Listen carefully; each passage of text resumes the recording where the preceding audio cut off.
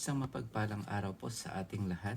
Ngayon ay November 29, 2025, araw ng Sabado. Basahin po natin ang ating mabuting balita ayon kay San Lucas, chapter 21, verse 34 hanggang 36. Papuri sa iyo, Panginoon.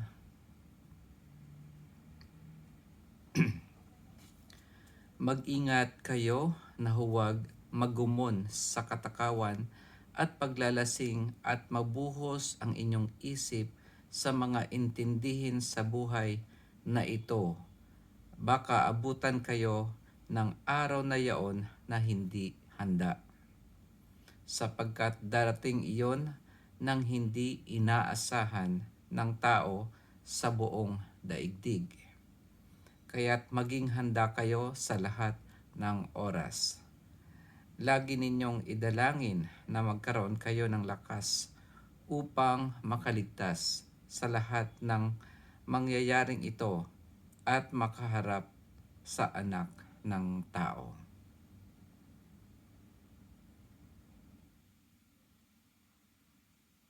Ito ang mabuting balita ng ating Panginoon.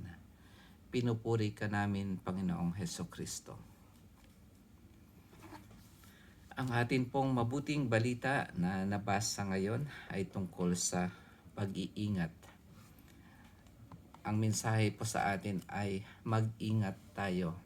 At ganon pa rin, katulad ng mga nagdaang araw na napakinggan natin sa mabuting balita na lagi tayong maging handa sa pagdating ng anak ng tao dahil hindi ito malalaman ng mga tao sa buong daigdig. Siya ay parang magnanakaw na bigla na lang darating. At paano nga ba tayo mag-iingat? Sinasabi dito na mag-ingat tayo na huwag magumon sa katakawan, pagiging matakaw. So, pag nilay-nilayan natin kung saang mga parte natin ng buhay na mayroon tayong katakawan. At ganun din yung paglalasing, yung pagiging drunkenness. Ang sasabi dito sa tungkol naman sa katakawan ay carousing. Carousing sa English. Sa ibang naman is drowsy, from carousing and drunkenness. So, yung pagiging matakaw o pagiging siguro to parang mga gahaman kung ano-ano pang mga bagay dito sa lupa. So maliban doon ay yung sa katakawan ay yung paglalasing, dahil tayo ay ang katawan natin ay templo ng Espiritu Santo at dapat hindi tayo masyadong maglasing.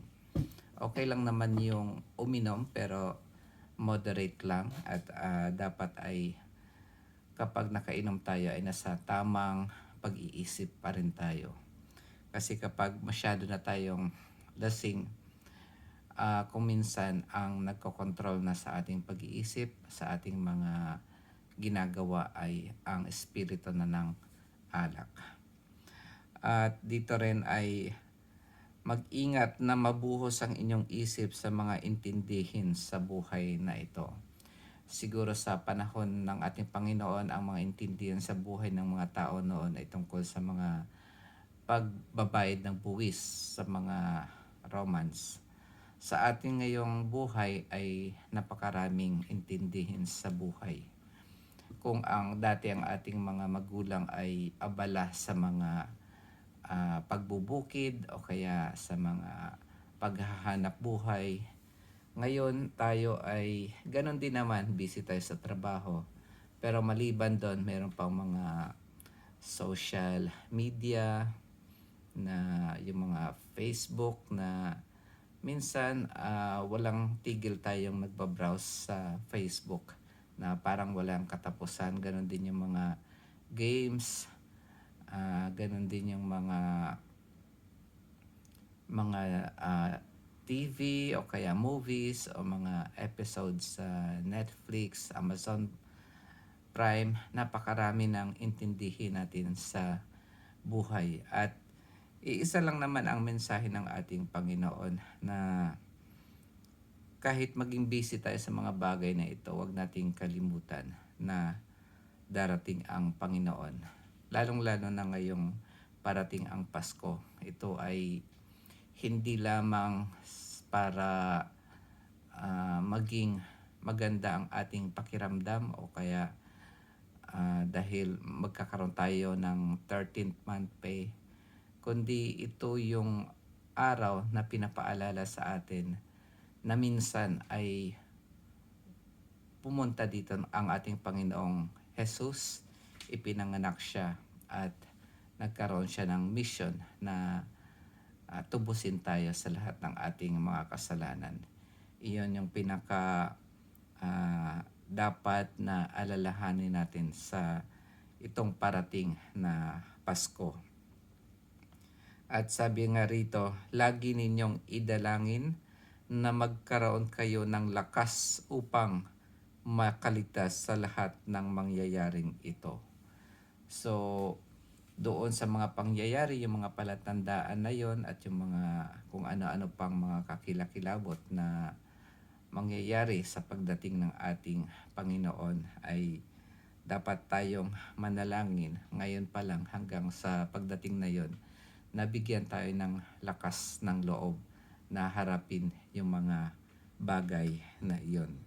At tunay naman na kung handa tayo ay wala tayong dapat ikabahala dahil yun talaga ang huling hantungan natin. Idalangin ang ibig sabihin kapag lagi tayong dumadalangin sa Panginoon, mas lalo tayong napapalapit sa Kanya. At kapag lalo tayong napapalapit sa Kanya, mas lalong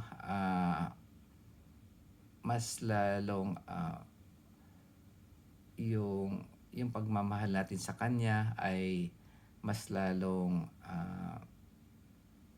lumalaki yung pagmamahal natin sa Kanya.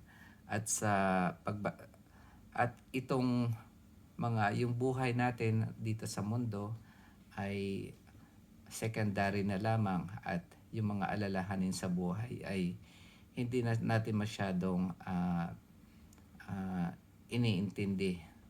Kumbaga, we trust God that He will take care of it at hindi niya tayo pababayaan. So, kapag lagi tayong nananalangin, parang pinapractice din natin ang ating sarili na ang ating isip ay laging ang Panginoon at hindi yung ibang bagay. Ganun nga yung ating ang tao ay sinasabi nating man of habits. Kapag lagi nating ginagawa, nagiging secondary na lang ito at hindi na dapat nating isipin. Kaya ang pagdadasal araw-araw at kapag naging habit na natin ito, hindi na tayo mag-iisip o mahihirapan pang magdasal araw-araw dahil nagiging habit na natin. At kapag araw-araw tayo nananalangin, ang ating isip ay laging nakatuon sa Panginoon. At yung mga alalahanin sa buhay ay nagiging magaan na lamang.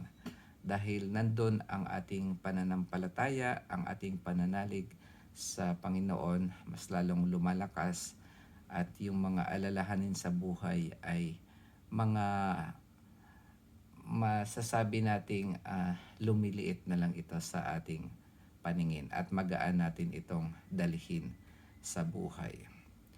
So yun lamang po mga kapatid ang aking ibabahagi sa araw na ito. Naway mayroon kayong napulot at magkita-kita po tayo bukas ng linggo sa ating mabuting balita.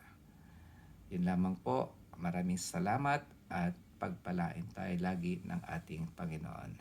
Amen.